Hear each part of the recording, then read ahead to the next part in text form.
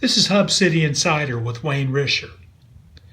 Richard Anderson famously promised Memphians in June 2008 that Memphis would continue to be a hub and important part of the combined Delta Northwest.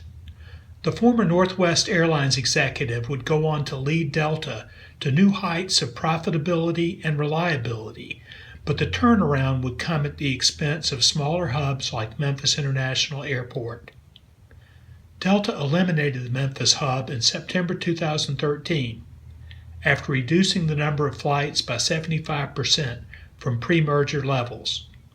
It's safe to assume that Anderson's retirement as chief executive last week at Delta was not widely mourned in Memphis. Anderson became executive chairman of Delta and was succeeded as CEO by Ed Bastian.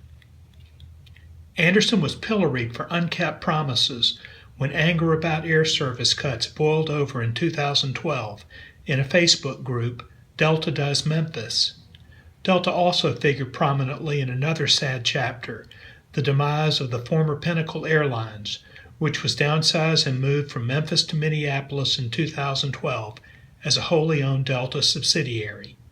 Today, Memphis International Airport is a shadow of its former self, with perhaps one-fourth of the flights it offered during its heyday as a Northwest hub around 2000. But the airport's famously high airfares are trending lower as the Delta dehubbing disappears in the rearview mirror. Without a dominant carrier, low-cost carriers like Southwest, Frontier, and Allegiant are more able to compete. Average airfare at Memphis has dropped more than $150 since 2012, when it peaked at nearly $540 for a domestic round trip. Airport officials also report that local traffic is up nearly double digits, a 9% increase since last July 1.